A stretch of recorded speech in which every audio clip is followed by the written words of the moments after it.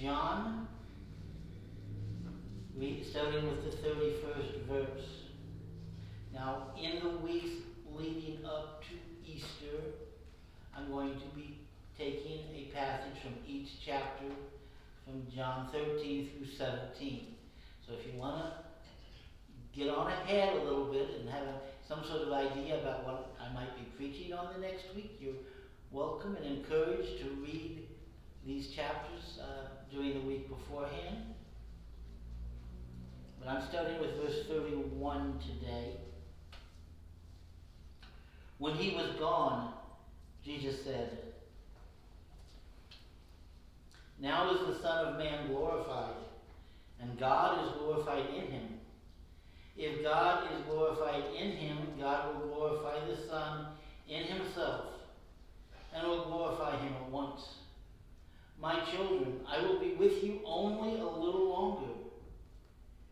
You will look for me, and just as I told the Jews, so I tell you now, where I am going, you cannot come.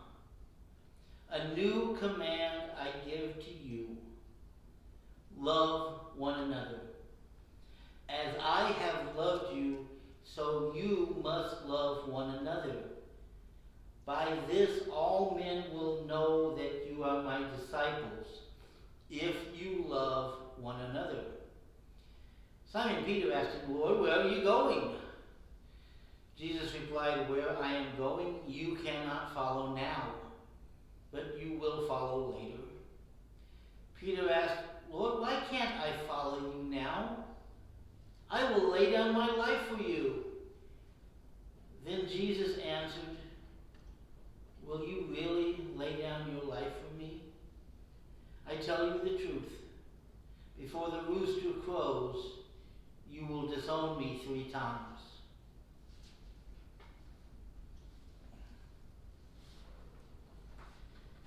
Now let's take a look back to get the setting for this scene. It's the Passover meal. The Passover is the most important Jewish holiday. It would be like for Americans if you took Thanksgiving and New Year's and the 4th of July and combined them all together.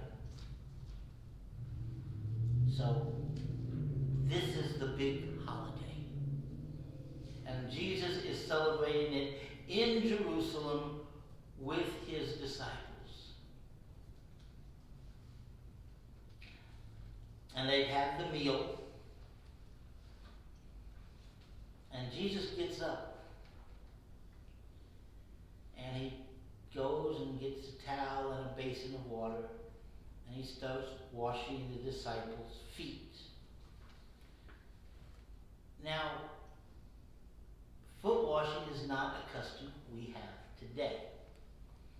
But it was a very important custom in Jerusalem, in Judea, really in that whole region at that time. We have to remember, most people's footwear were sandals. Most roads were not paved. So you're walking barefoot on dusty streets, dirt roads, in a hot and dry climate. Now, I remember playing outside as a kid, and when I was playing in my yard, I did not want to wear shoes. I love the feeling of the grass and even the dirt and the mud on my feet.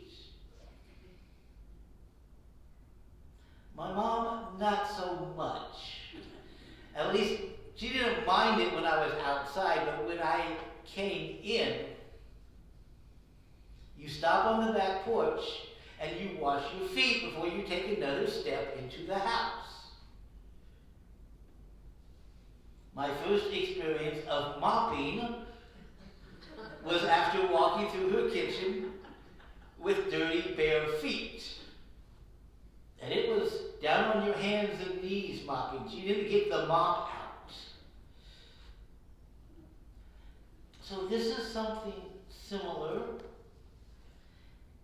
One, you don't want your guests tracking dirt all over your house, and two, just as important, that dry dust and mud caked on your feet just didn't feel good.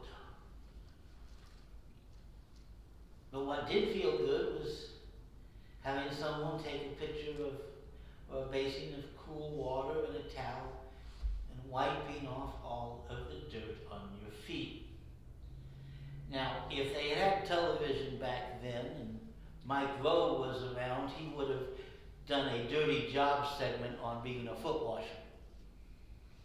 And it was a job for a slave or a servant, and it was a job nobody wanted. Now, the disciples didn't have any servants or slaves at the meal. So, one of them, as a disciple, as a student of Jesus, should have gotten the pitcher, the basin of water, and the towel, and gone around and washed people's feet.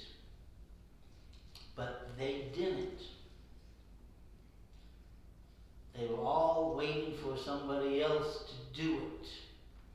It reminds me of the time I was up at the church camp, and somebody was carrying their food for themselves and somebody else to the table, and they stumbled and they dropped their food, and the plates broke, and there's food all over the floor, and all of the youth staff who were sitting at the staff table look around at each other, wondering which one of them is going to get up and clean it up.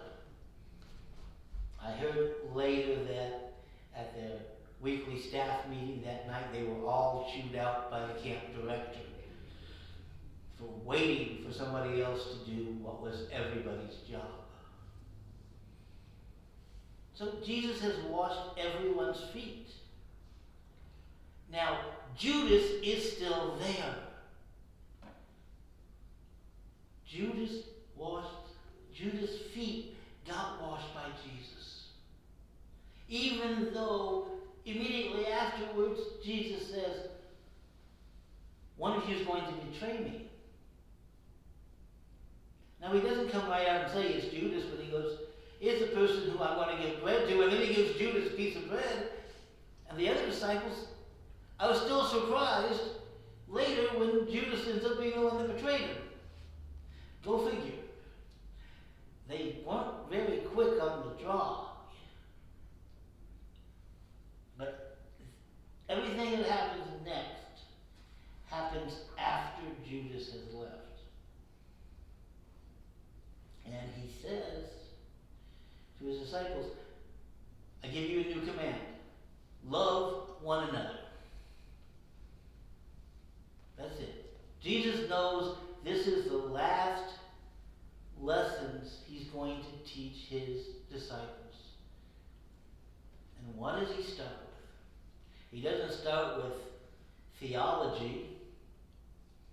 He doesn't start with explaining how he's going to die and how by his death everybody's going to be saved.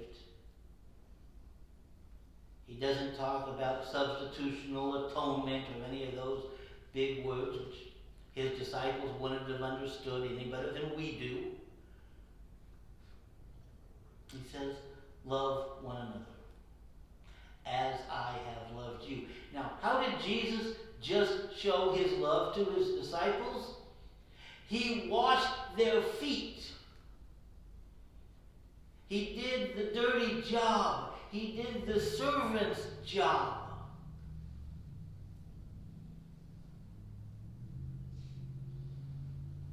And then he goes on and he goes, by this, they will know that you are my disciples if you love one another. Not by your theology will they know you are my disciples, but if you love one another. Not by the way you dress or the way you cut your hair. Not by even the words you preach. but if you love one another. Not by the rituals you perform and the way you worship, not by the symbols you put on your houses or the crosses you wear around your neck, but if you love one another. Now, there's a negative corollary to this as well, which is maybe they won't. It's a line from the movie Stripes with Bill Murray, and all the recruits are sitting around for the first time, meeting each other, and the drill sergeant goes, "Look at the people around you. One of them may save your life one day." And Bill Murray goes, "Then again, maybe one of them won't. Maybe they'll choose not to save your life because you're a jerk." Maybe they won't know you're Christians if you don't love one another.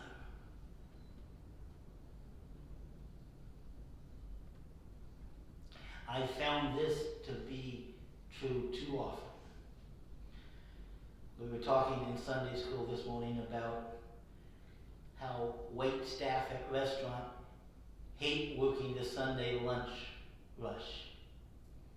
And they say, all those church people are so demanding of us and so rude and such poor tippers. That's what they think of Christians. They don't say, oh, those church people, they come in and they're the nicest people. I just love serving on them and they're the best tippers and they're so kind. It's not what they say. Don't believe me? Talk to your waiter or your waitress when you go out for lunch today.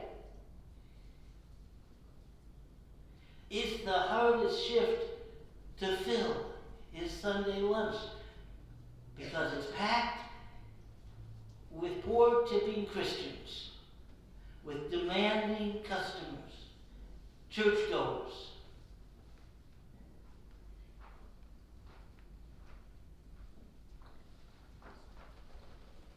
What are we telling the world about us? What are we telling the world about Christ when that's what they think of us?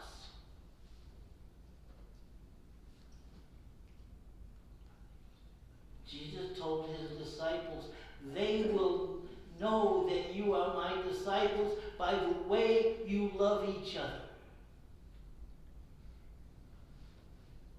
Now we're going to extend that a little bit to just loving each other and loving everybody.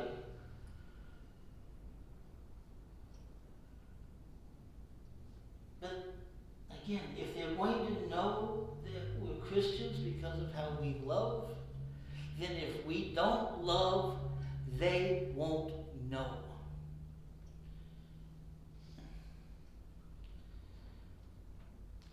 I remember when the In God We Trust license plates first came out.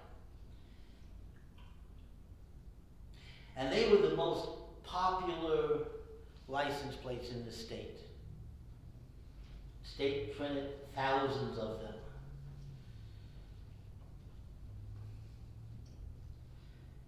And it always amazed me when I saw police pulling over cars that had In God We Trust license plates on them.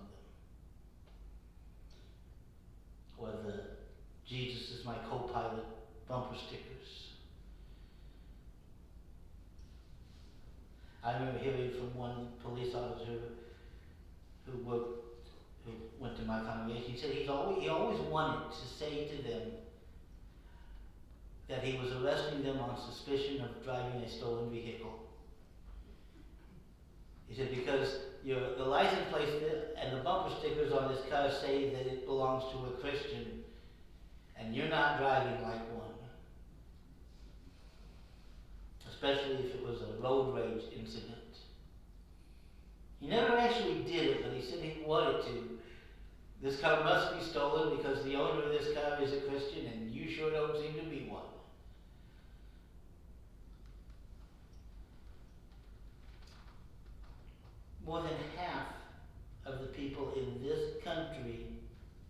who identify as atheists do so because of Christians. Because of Christians who they have known, who claim to be Christian, but have not been loving. Gandhi was a Hindu, but Gandhi lived in India where you have large numbers of Hindus and Muslims and Buddhists and Christians. And Gandhi read the holy books of many faiths.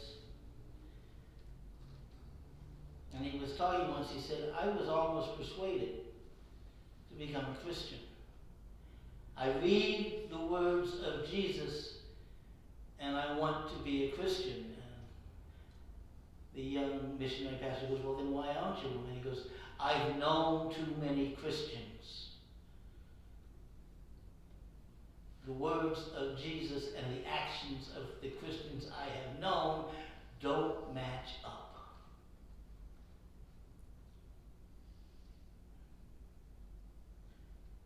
Now, folks, we have the power to change this. Yes, this has been true for much of our history as the church overall. But we have the power to change the reputation of Christians and the reputation of the church to the world. And all it takes is that we love people. You don't need to go to seminary and learn theology. You don't need to give everything up you have and go serve in the mission field in a foreign country. All you have to do is love people. Now, the Bible tells us there are two types of people in the world.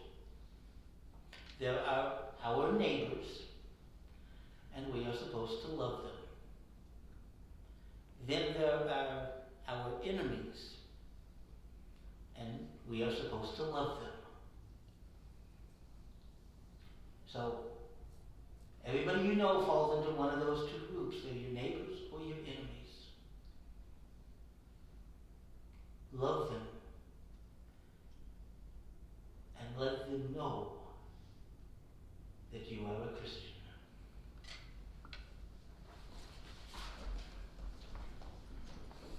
Our closing hymn is